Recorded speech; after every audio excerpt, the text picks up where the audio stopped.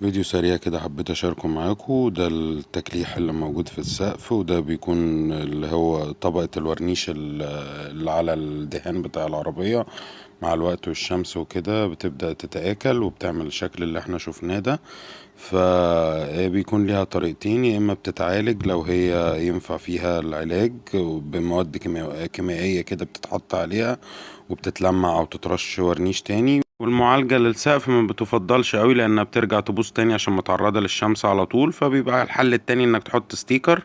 ما انا عملت كده، انا حطيت ستيكر اسود بيانو بلاك، او اللي هو بيسموه اسود بانوراما. بيدي شكل حلو للسقف، وفي نفس الوقت بيحمي طبقة الدهان اللي موجودة، وبيغطي الشكل اللي هو بتاع الورنيش المحروق. ورحت المكان اللي هو اسمه كار برو في مدينة نصر، هو ده اللي عملت فيه الستيكر. ولو حد عايز عنوان المكان يقولي في الكومنتات وهقوله لكم.